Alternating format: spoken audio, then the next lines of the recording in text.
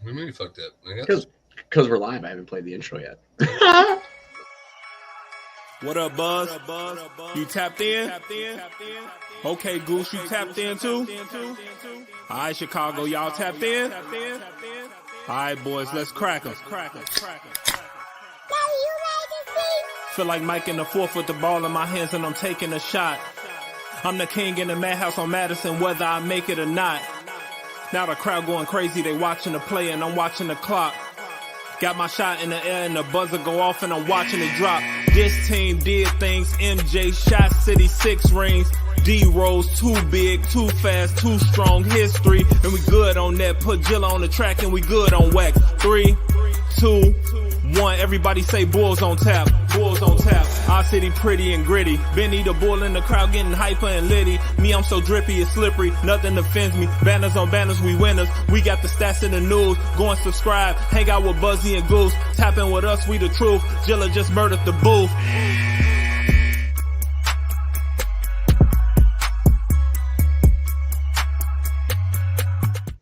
Ladies and gentlemen, welcome to Bulls on Tap. I'm your boy Buzz, joined by my dude Goose, as always. A little rusty on the intro. I'm going to try to nail this part because I hit the go live button and I didn't hit the intro like I was supposed to. So that's why you saw me before that. Before I talk more shit on myself, be sure to go to ontapsportsnet.com for all your Chicago sports literature and podcasting needs. Following us on Twitter at ontapsportsnet, at Bulls on Tap, following Goose at Goose on Tap and me at Buzz on Tap. Anywhere you can listen to podcasts, you can listen to us, 5-star rating and review because that's cool and tough. Go to the On Tap Sportsnet YouTube channel. Subscribe because that's cool. If you don't, okay. Dude, I feel like I did okay leading us in there. It's been 2 months since I've been on a microphone. 2 months. No, we definitely took a full off season. Yeah. A lot has changed. We kind of let this off season marinate as it didn't really go the way that we wanted. To I guess start that off. But how are you feeling right now after letting it marinate, after kind of getting through the acceptance stages of the fact that we are running this back with a few minor additions? Where do you sit? Do you have any excitement for the start of the season, or are you in full fuck Jerry mode? Well, I'm in full fuck Jerry mode, especially after I saw that the Bulls are going to be having a practice in Nashville, so I think that's where Jerry's kind of scouting that out. They have the Bulls to hold a remote training in Nashville. I don't know if you saw that. So I think Jerry's scoping out some land for the Sox. No, I don't know, man. Like, of course I'm excited for the Bulls because let's be honest, my team in baseball was very highly regarded as a next big thing. People picking them for World Series, people picking them to win the Central for years to come, and that came crashing and burning down as quickly as the shit that I talked. So here we are going into bull season. And what? You mean the Sox didn't win a World Series? No, they didn't. They didn't? No, they won a shit series. They won a shit series. Are they going to be in the playoffs? No, they're not. They're going to lose 100 games. So, wow. Yeah, we have that going. We've got that going on the south side. As far as the west side goes, I was disappointed, dude. I'm not, I tweeted about it pretty openly. And a lot of people kind of come at me, and which is very rare because I don't get into those little Twitter battles. But I think I was so fucking annoyed. I know you saw some of them. I was so annoyed. They'd be like, "Oh, you don't want to make the playoffs?" Like, shut the fuck up. No, I don't want to make the No, I don't. If it means I'm going to get bounced in the first round or I can't get out of the play-in, then yes, I'd rather be a bottom dweller. Oh, you enjoy watching this? No, I don't. But there's a brighter future there than there is in currently what we're doing. I'm feeling that on the south side, and I'm feeling it on the west side, So, listen, man, Javon Carter's a good, fine player. He's not Alonzo Ball, okay? Torrey Craig, okay. There's things that have been made, and people thinking Dalen Terry, oh, well, what about Dalen Terry? When is he going to get off the bench? So many I've noticed within the content realms of things, there's so many, and I'm not trying to call anybody out specifically. It's just shit that I've seen, whether it's a tweet, whether it's content being made or what have you. So many people grasp for straws so many times, and I can see why people flock to that. You probably don't like your day job sometimes. I know I have bad days. You want to listen to something that makes you happy, right? Right. You don't want to listen to negativity. Well, guess what? They broke you, boy. All right, I'm broke. So they piss me off. I want them to be good. I want to have a fun season, but I am not optimistic for what we set out to do. And what do you set out to do every year? You would like to win a championship, or at least be building towards one. And you have the guy that you just signed to a $60 million extension in Vucevic saying that the team is fully aware that this is their last chance. I don't know that my optimism goes through the roof for a last chance with the additions of Torrey Craig and Javon Carter, who you kind of touched on there. Carter signed a 3-year deal for 19.5. The third year is a player option. And then we got Torrey Craig for 2 years at 5.3. His second year is also a player option. Kobe, Vooch, and Ayo all signed fully guaranteed contracts. Can we talk about that too? I don't mean to interrupt you. Once you're done going through this, please let's go back to the Kobe Ayo thing. Oh no, I mean I think that's which contract of the two do you like more? Do you like Ayo's 3-year $21 million no option, or Kobe's 3-year $36 million also no option? I like Kobe's 3-year $36 million no option. I think I like Kobe showed some things at the end of last year where you and I were actually kind of hopping back on that wagon a little bit. Like, wow, okay. I mean, you said it yourself a million times during the season, like how impressed you were with not only his handles, but his tenaciousness on the defensive end of the ball, on the defensive side of the ball. So I love Ayo too. I'm an Ayo guy. I love him to death. I love that he's here. I just didn't really understand. There's a log jam here, and there's a log jam, and you look at the basic numbers. You paid Ayo more money than you're paying Javon Carter. Right. Which I guess speaks to potentially how good of a deal you've got Javon for, given the utility player that he is, the fit that he should have with Zach and DeMar on the floor at the same time, being that off-ball spacer, secondary playmaker, and a decent defender, but he is only 5'10", so that is limited. I'm 5'9", and I can't do a lot.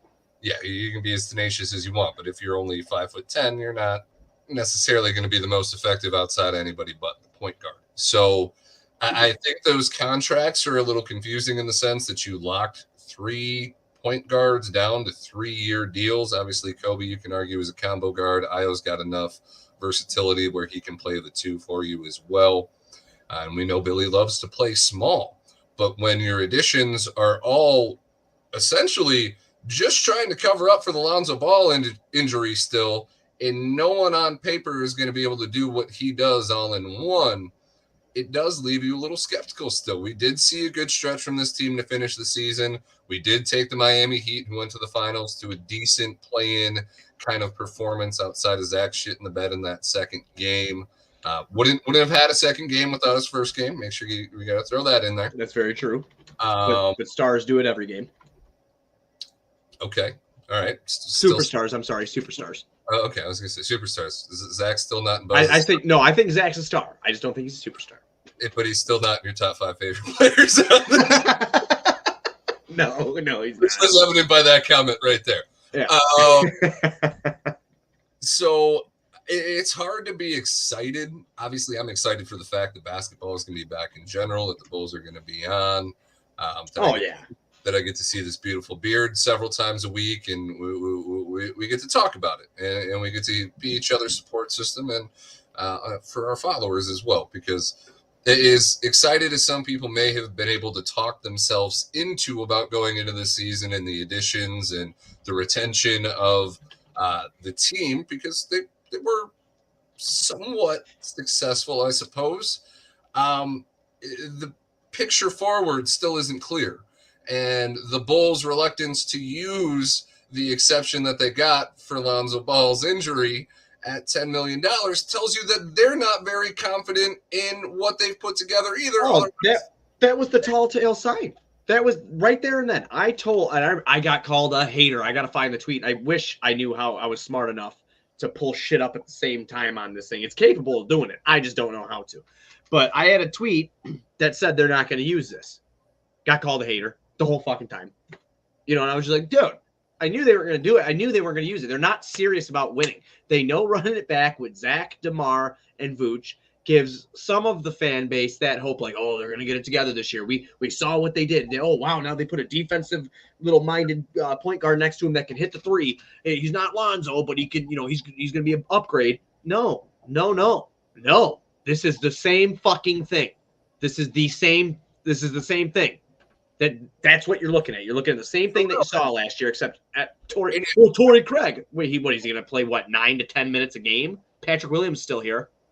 That's second coming to Jesus Christ, if you ask people. So, I mean, we just brought up Pat. What about Pat's lack of an extension this offseason? What do you think of that? No, they had to save face somehow. They're under hot water already. But how is that saving face? Huh? How is that saving face? This is the offseason where you probably could get Patrick Williams on a more team-friendly deal than he would if he has the prove-it season that they need out of it. He's pulling a Jimmy Butler. That's what Jimmy did. Remember, this is what Jimmy did. The Bulls at first didn't want to pay Jimmy. If you remember, that front office didn't want to pay Jimmy yet. Is he pulling the Jimmy, or is he being forced to prove it like Jimmy?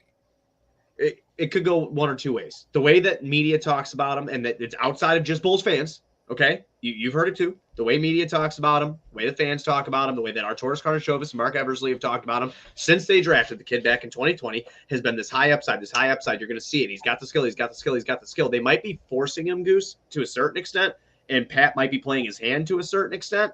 But that's probably the one thing I say they save face on, is because if they came and paid him a boatload of fucking money right now, when you don't know what he is, no one knows what he is. Nobody. You could say you do, but you don't. You don't know what he is yet. They're saving face by not paying him right away, even if he would accept negotiations if he wasn't trying to make it his own. They're saving face because they're like, we can't pay you right now because we don't know if this is going to fucking work. Plus, with all this high upside, if he flashes in the first part of the season, somebody can, maybe he becomes a trade chip. Who knows? Because I don't know what this team is going to do, to be 100% honest with you, come the trade deadline. With their reluctance to use that additional $10 million exception they got for Alonzo's injury, and pretty much the league agreeing that he's not going to play basketball this season, with them holding that in their back pocket, that tells me that they're not confident either. That, maybe at the deadline that they're willing to go a little bit into the tax if they actually have the success that they think they might be able to have by retaining this core, that they've got that in their back pocket to improve the roster, to maybe take a slight step forward around the trade deadline if they're in position to do so, but not having the confidence going into the season to go get Christian Wood or go get somebody that's in the tax bracket doesn't make sense to me. And it doesn't signal confidence from the team that's putting it together. So I can't go into the season with any more expectations than being a play-in team like we were last year. And don't you think Christian would have been Christian Wood would have been a high, what would you call that? Low risk, high reward type signing, because he's not getting the attention he thought he was heading into free agency, being a guy, a big who can create some offense and can hit a long shot. I know he's shit defensively, but a lot of that comes through effort. We've seen that with a ton of players throughout their careers. I thought that would be like, okay, that's the realistic one that you can go get with this exception. You could, even for depth. Yeah, I have Drummond. Yeah, I have Vooch. I get it, but we're still small. He had somewhat size there. The fact that he didn't do that, and I'm not saying he would have put us over the edge to make us anything different than we were, but he adds some stability there. And I thought that was a really good move, an obvious move to make. And now he's with the Lakers. It's I don't know, and I don't know. I do know why they're doing it. They're trying to put ass in seats, like I said earlier. It's just, I don't know if I am just at the point where I'm so frustrated with the front office itself right now that I'm being out of line. But it looks like a charade to me. That's just what it looks like to me. Do you feel this is Acme, or is this full Reinsdorf BS? No. I think 100% for the tax. Getting the tax credit back for Lonzo's injury. That Acme did that for Jerry. Acme got that for Jerry. Acme never had any sort of inkling to spend it. All right, but I do. Is Jerry saying no, or because he's not confident in the team? I don't really think Jerry. This is the thing about Jerry. I don't know if Jerry would have said no or not. I've learned a lot about reading about him just throughout our whole journeys of being fans of his own teams. But think about baseball for a minute. Jerry was 7th in payroll with the White Sox. They didn't win. So you can base that into loyalty before he got rid of Hahn and fucking Kenny Williams, right? When you go to the Bulls, you see him do weird shit, like sell a second-round pick when your roster sucks, and why not take a flyer, right? What would you do in 2K? Would you get rid of the fucking pick, or would you take a flyer on a second-round pick and maybe he blooms into something? You don't fucking know. he does these weird things in basketball. I don't know how much his hand is in the cookie jar there because we always hear and we always see Michael Reinsdorf. And Mike, I've talked to that guy. Like, I've been lucky enough to talk to the guy. He has seen $1 billion before. I have never even seen $1 million in person. You know what I'm saying? It's like, he's an important guy. And he seems like he wants to fucking win. And that's like his thing. You know, like the bull. I wouldn't even be mad, to be 100% honest with you, if I'm Michael Reinsdorf. And a lot of people might not even like what I'm saying right now. I don't know if it's the age or lack of Miller Lights in my system. But if Acme were to come up to me right now and say, you know, if I'm Michael Reinsdorf, hey, Michael, you know, I know we did, you know, got in the play-in, didn't make playoffs last year, but we're getting this exception. I'm going to go spend this. And I'm like, no, fuck you. You think you think that this guy you can get with this money is going to put us over the edge and go to the actual goal itself?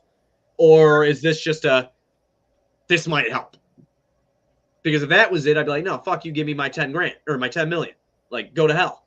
You know, like I would really be like that. And I genuinely think that's the case. I don't think that the front office believes that they've put a good enough roster together to spend that money. I don't think ownership believes that they've put a good enough roster together to spend that money, which is, I don't know. Are they going into the season with the anticipation of having a fire sale? Was the value just not there in the offseason with free agents available and they're banking on the deadline and teams' need and their desire to put themselves in a legitimate contender spot that DeMar is going to be available? I don't think you can trade Vooch after extending him.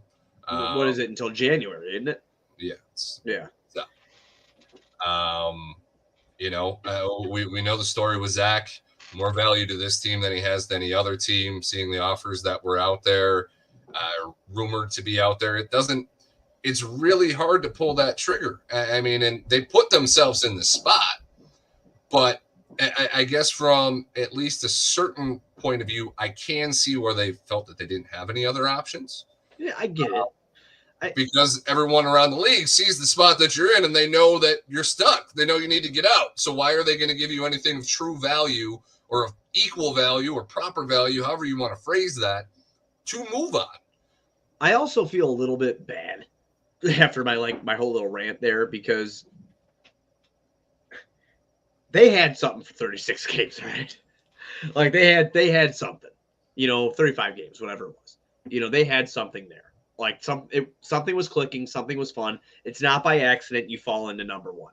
All right, it's not. You have to be clicking on cylinders. You got to be hitting. You got to be winning, and that's what they were doing.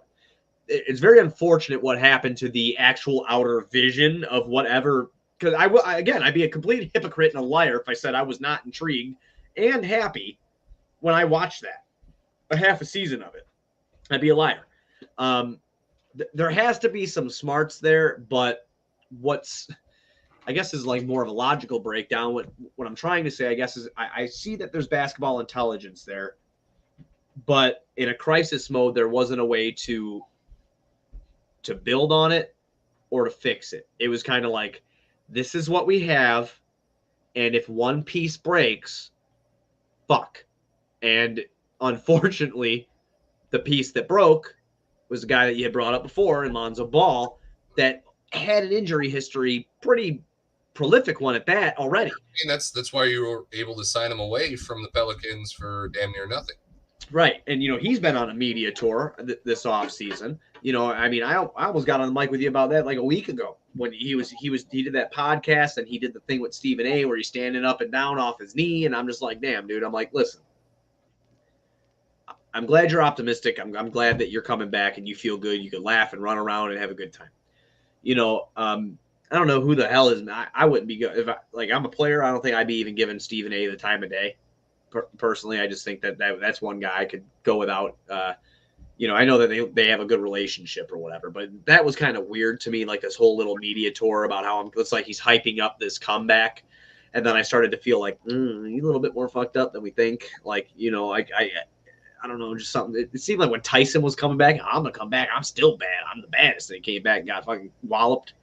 You know, I'm feeling a little nervous about Lonzo. And I feel horrible for him. You know, last year there was reports that he wouldn't play, so obviously he's improving somewhere to have the news, and I want him to play. Even the fact that he's getting his livelihood back and the ability to just do normal day-to-day stuff is a positive. Obviously, when it comes to the Bulls, that positive stops at being a decent human and appreciating that guy's going to get to live his life again. But from the Bulls standpoint, that is it. It sucks that it all falls on him because I can't imagine dealing with the physical recovery aspect and then the mental aspect of it, having to watch your team go through these trials and tribulations without you, seeing how much they need you and how much they literally that you were the glue that held that 35 games together that made this possible. And without you, this collection of players just isn't capable of anything other than mediocrity. Right. And I just, with Torrey Craig and with Javon Carter and sophomore year of Dalen Terry, this is his sophomore year. It's his sophomore year. Of Dalen Terry, I just don't see a lot. With as little as he played, he might be eligible for rookie of the year again. I don't know. That's fucked. That was mean. You know what? That was ruthless right there. So if you look at the Central, okay, the Cavaliers are better than us, right? Yeah. Milwaukee's better than us, right? Yep. Okay.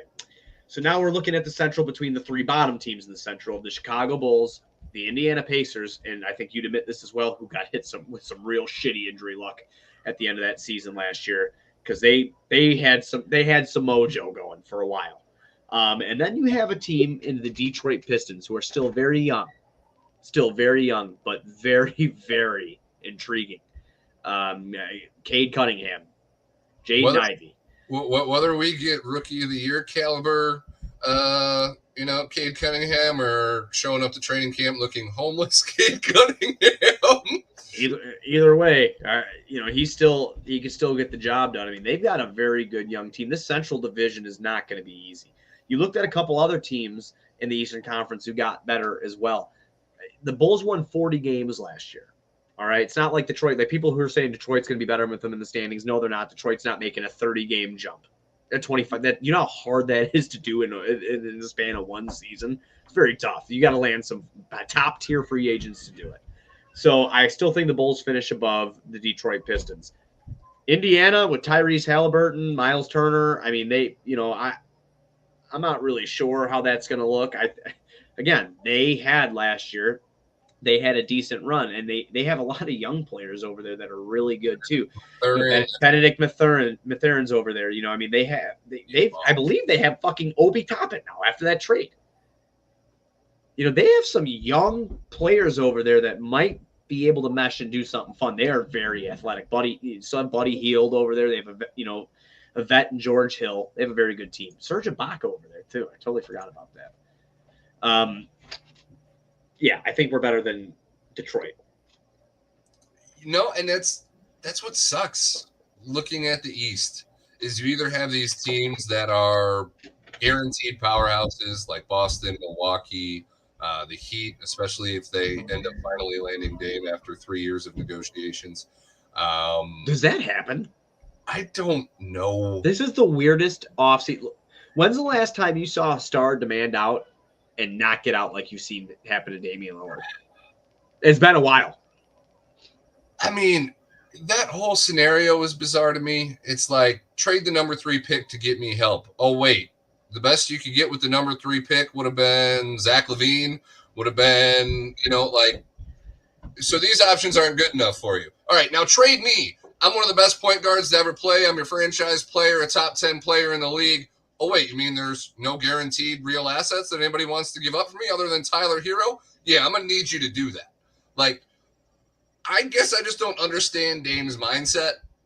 Like, wanting the team to trade a pick to get you help, awesome. Get it. They had the assets available to improve the roster. They chose to take Scoot Henderson, which most people would agree was probably the right decision for Portland Trailblazers. Yeah, I think so. I think so. I mean, I just keep thinking about Scoot and Shaden Sharp in the open court. Yeah, you tell me I get Scoot, Shaden Sharp, and all those young wings that they got on their roster and a trade haul for Dame. I'm looking better at that future outcome than what I could have gotten with that 3rd pick to put next to Dame, when for years I've had Dame Lillard and I haven't been able to pull in the free agents that need to make this team a contender. Right. So that whole scenario has just been very bizarre to me. to not have a no trade clause in a multi-year contract, especially at the price point that he's at. I get Dame still one of the most efficient elite scorers in our league, and that'll probably be the case for the duration of his contract. But to try to make demands like Bradley Beal was able to do because of his no trade clause and because of the kind of market that his contract put him in, just blows my mind. I'll tell you this though about Phoenix, and you brought up Beal. I have to cut it. If they all learn how to play their role, I wonder what happens in Phoenix. I wonder how cool it'll end up being. I really do. I know there's one ball, and I know the bench don't look great, but I'm telling you. I mean, if they stay healthy, it doesn't matter how deep the bench is. I mean, right. I guess in the playoffs, we saw how much their bench got to them when you got to start campaign once Chris Paul goes down. Like that obviously was not ideal. But at the same time, you probably should have been planning for Chris Paul to go down in the second round. He hasn't made it out of the second round since like Houston. So now he's a backup in Golden State. Yeah, which weird. I understood that deal with the Jordan Poole tension and the whole Draymond thing and the team chemistry. And I do think Chris Paul, especially if he's coming off your bench behind Steph Curry, does add depth to that team. I just to move, it's just a very weird deal there too.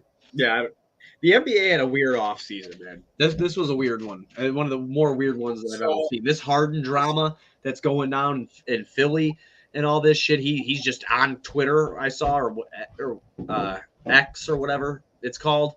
I'm not calling it that. So, I mean, it's nothing against the name. It's just because I'm a creature of habit. I'm calling it Twitter. It's Twitter. It's the X. Oh, my God. But, I mean, all that shit going on with Harden, like the NBA has been entertaining this offseason, but also very weird. But I have had a very good time. I'm not sure if you've been keeping up, but you know me, I'm a dork when it comes to basketball. The FIBA World Championships have been super fun. Carlik Jones has been a name in this, which Bulls fans know. He's a G League guy, but he is legit playing very good basketball. It's very fun to watch. I can't believe it myself, but I'm telling you the honest. So you mean we got a G League MVP that's excelling in the FIBA Cup, but he's like the sixth in the point guard rotation on the team? He's like one of the top players in the world in FIBA, right? He's like top 6 or something. You know who's number 1? Shea. Like he's killing it. Yeah, no, I saw Dylan Brooks told Luka Doncic, you're playing Canadians, not Europeans. You can't do that shit.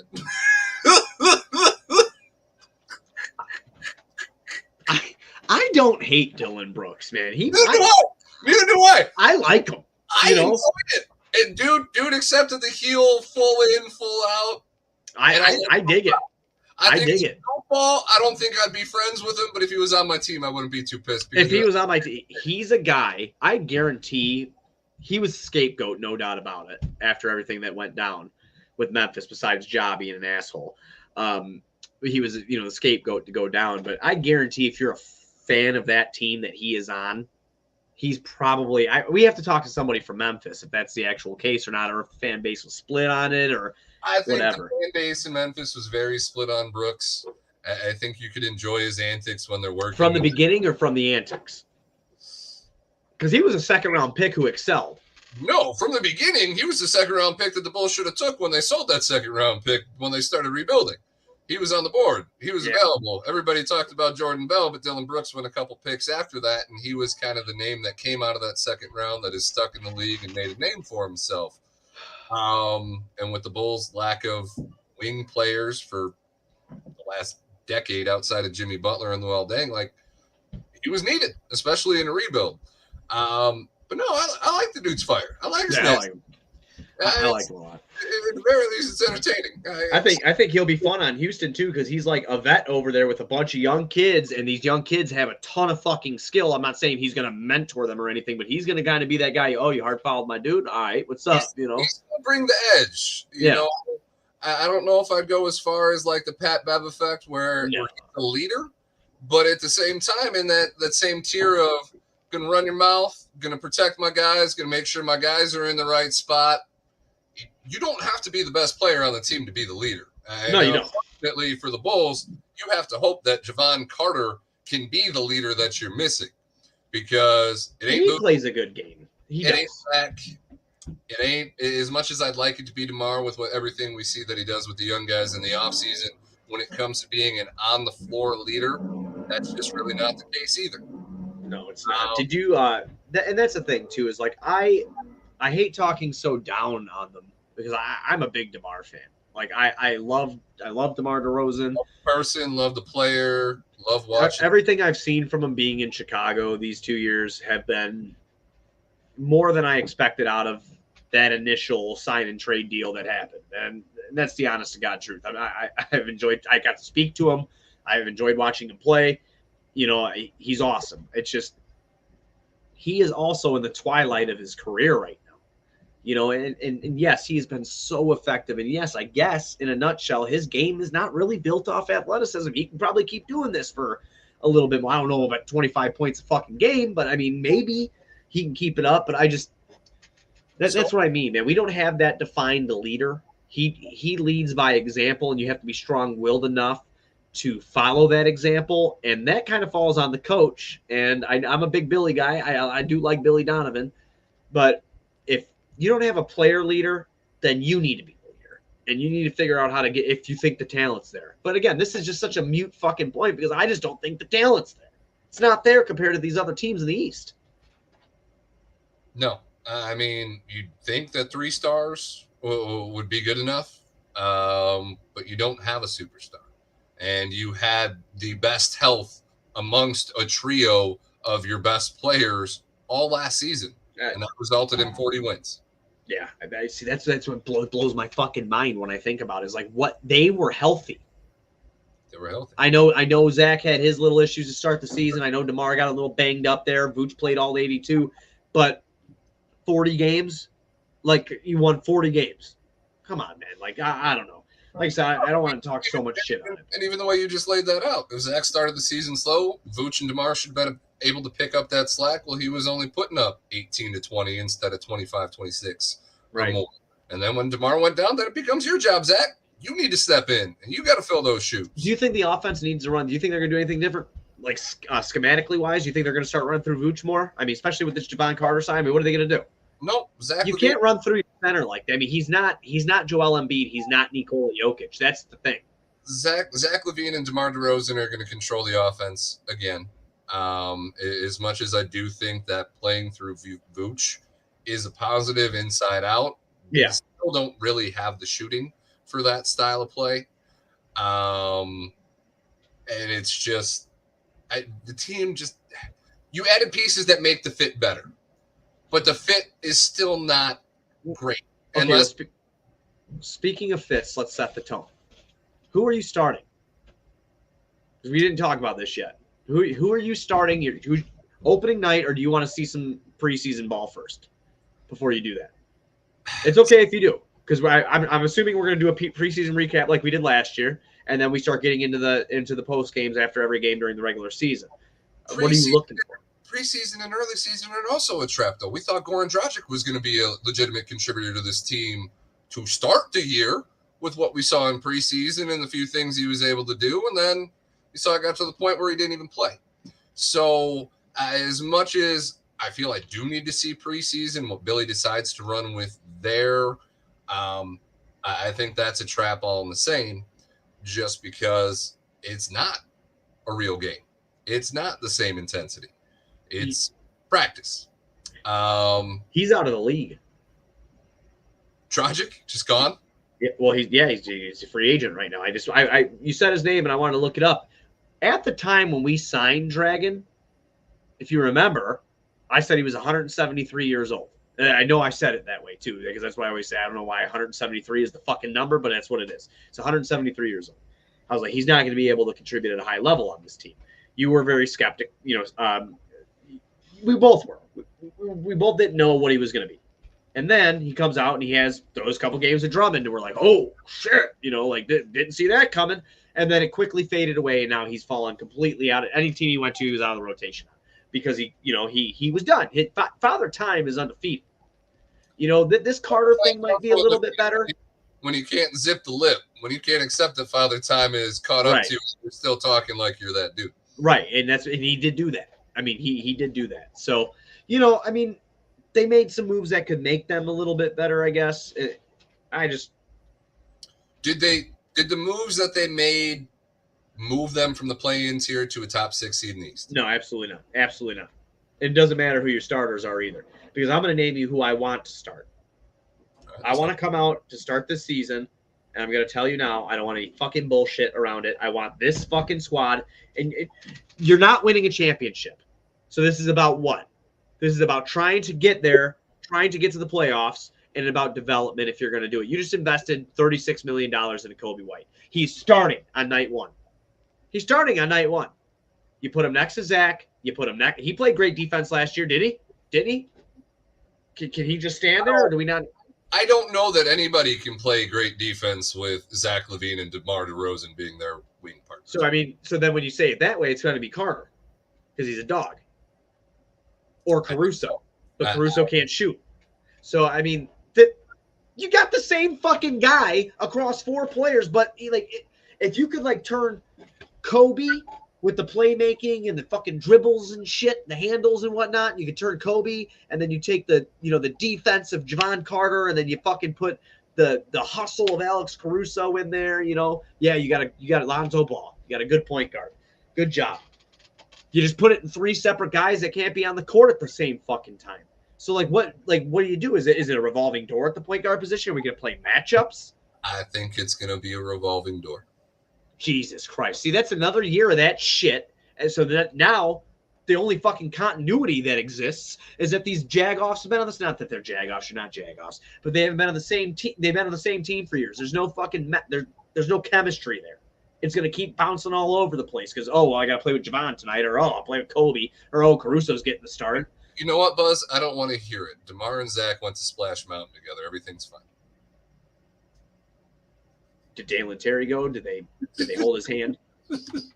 Just wondering. Anybody,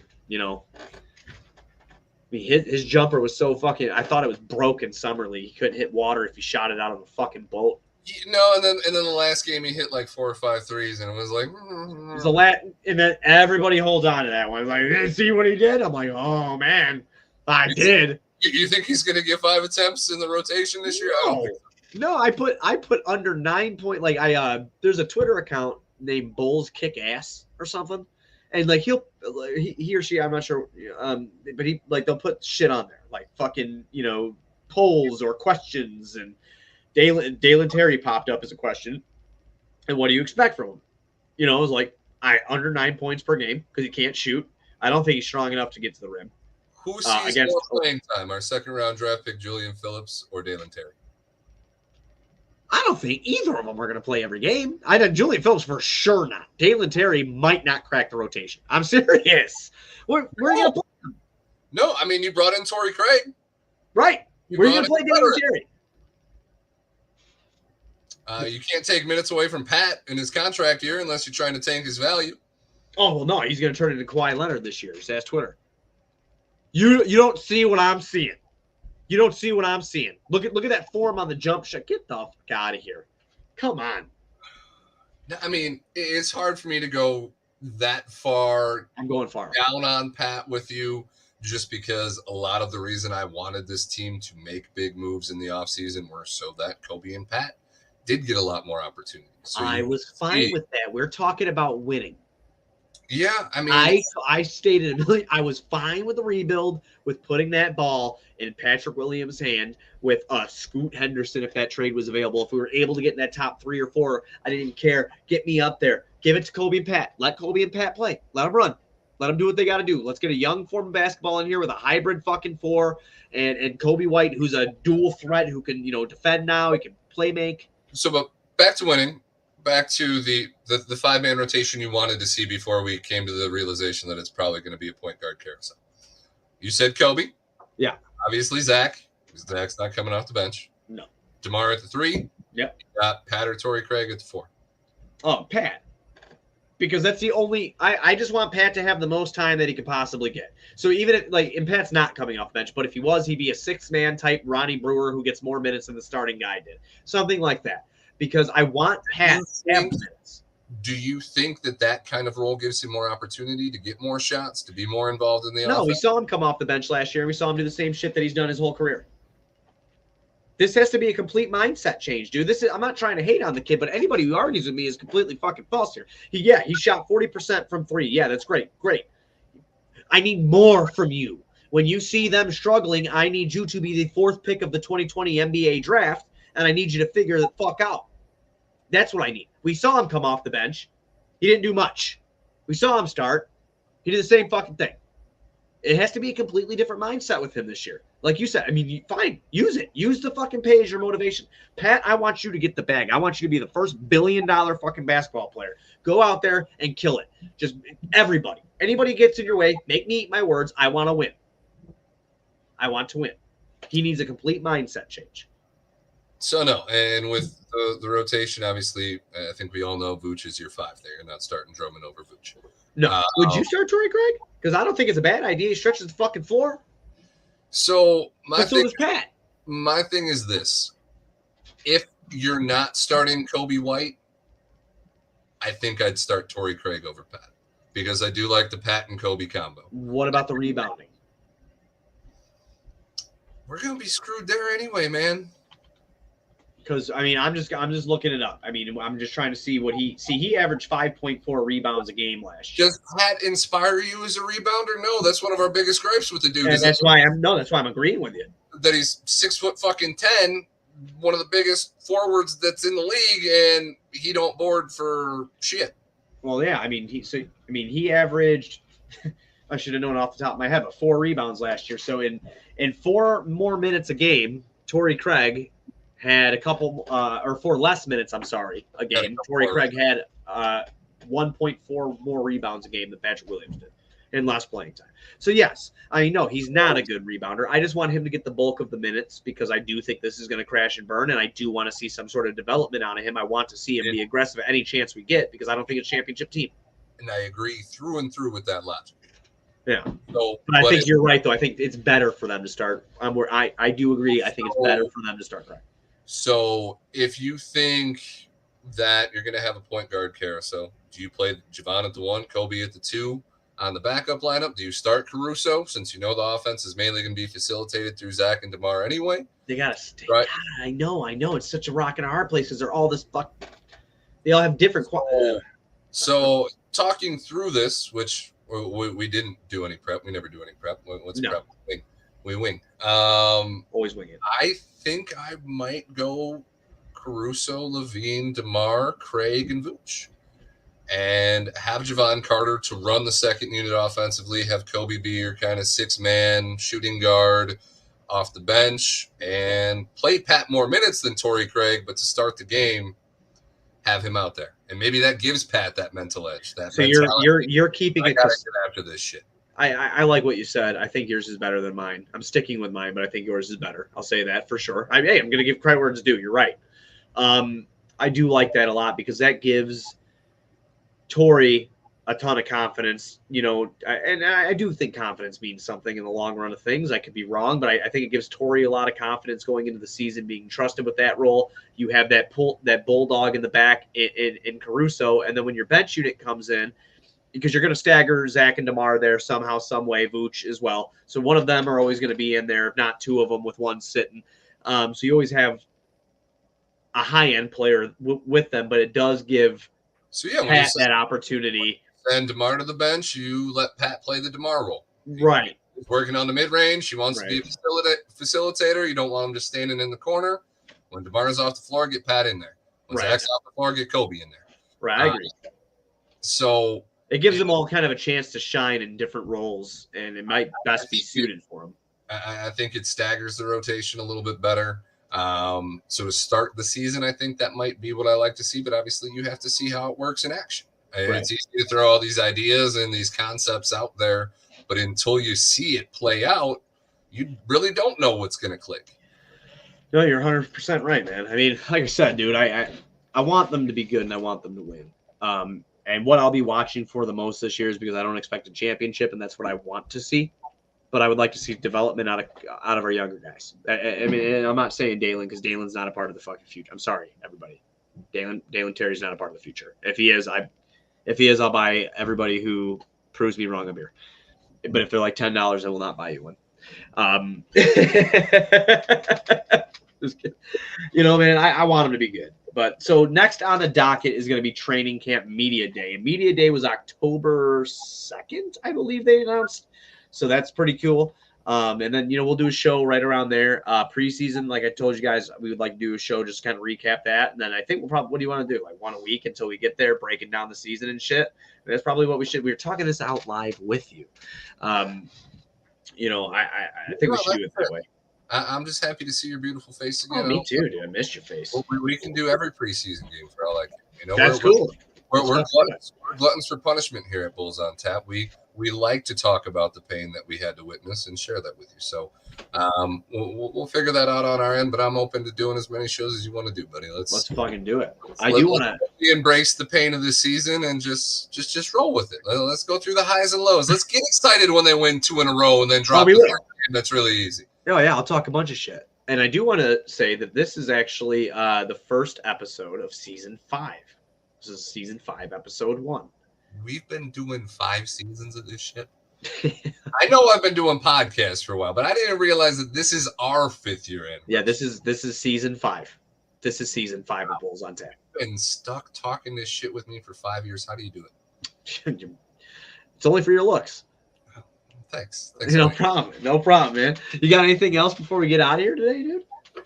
No, I mean, I guess we would be remiss to not touch on the 2-way contracts. Oh, that's right. Yes. Although I don't know if I want to try to pronounce 2 of the 3 names. OB is what we're calling them. OB? Yeah, OB. And that's Ornlap Bittum. Yes. And Adam Sanango.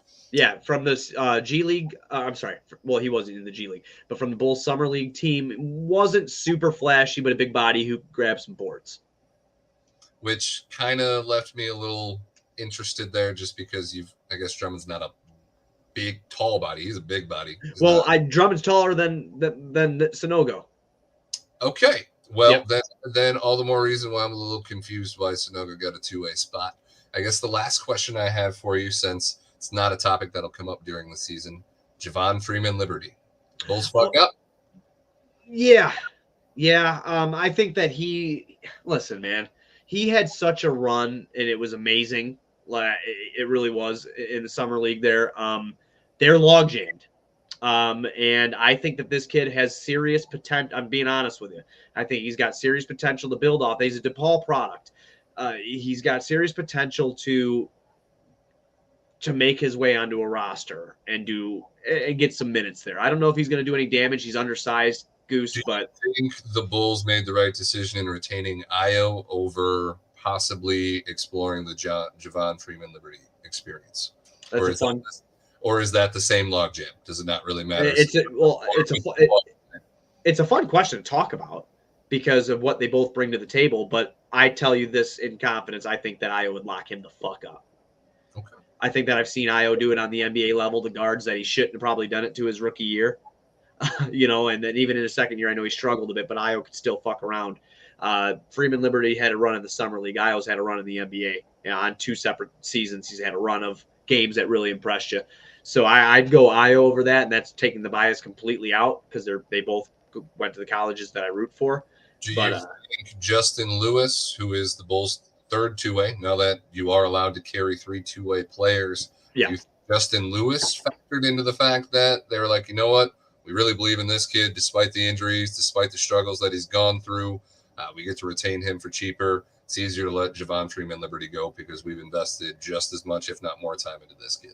Yeah, that's definitely a fair statement. I think that's for sure. I mean, Marquette product. I mean, he's got hops. He can play some defense. He's got a decent jumper, but I mean, in the summer league, he struggled. He did. He struggled mightily.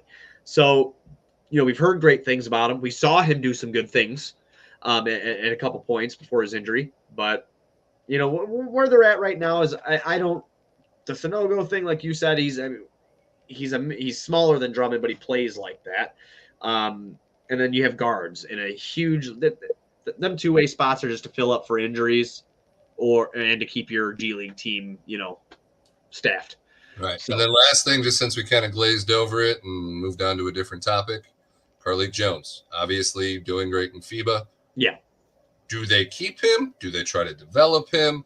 Obviously, he's got a full roster spot. There was a lot of talk throughout the offseason before the display that he's been putting on in FIBA, that he's kind of just a wasted roster spot. I myself have made the comment that I don't see him in like the Gabe Vincent role. I don't think he has the defensive tenacity to really pull off that kind of role, which at his size kind of is, I guess, the ideal kind of comparison that you would be looking for out of someone like him. With this logjam that we have here, would they not be better served finding more size? Or Pat and Torrey Craig going to be good enough for your force? It's going to have to be because that's what it is. Well, I guess Alex Caruso is a power forward too. So Right. I mean, that's what it is. As far as Carlik Jones go, like I told you, the run in FIBA has been, he's up there with some top names. He's up there with the likes of Luka Doncic and say Shai Gilgeous-Alexander. He's up there with some names, man. So he's had a great run. We saw him in the NBA. We haven't seen him with any consistent playing time. We watched him in the G League, and we knew there and then he was better than the competition out on the court, but nothing that was like, whoa. He's having a great run right now. Has he developed? Is this something that's sustainable? Sure. I don't know if you're ever going to find out if it's sustainable with an NBA team unless he does like an overseas stint or he goes to a really bad team and someone gets hurt and he is forced to play. Because everybody on that depth chart is above him in my eyes, to be 100% honest with you. Walt Lemon Jr. experience. Right. Oh, God, what a fucking name. On that note, Walt Lemon Jr., Jesus. Remember Wayne Selden from Kansas getting a couple starts for us? You know what? I was actually hyped about Mr. Selden. So was I, because I'm a Kansas junkie. I love Kansas, but he sucked. You're just a Kirk junkie. You're not a Kansas junkie. I love Kansas, man. Okay. Yeah, I like Kansas. Don't come at me like that. What are you doing, dude? I like Carry On My Wayward Son. I like all that shit. And for the kids, that's a fucking old song. I'm 32 now. I'm not sorry about it. All right. I ain't got nothing else for you, buddy. We can send this one off. All right. Everybody be sure to go to ontapsportsnet.com. Yeah, that's our website. ontapsportsnet.com. All your Chicago sports literature and podcasting needs there. Following us on X at Goose on Tap, at Buzz on Tap, at On Tap Sportsnet, at Bulls on Tap. Anywhere you can listen to podcasts, you can listen to us 5-star rating and review because we're cool and tough. We'll be back when we're back, but it's going to be sooner than this 2-month absence here. We'll be back, I promise.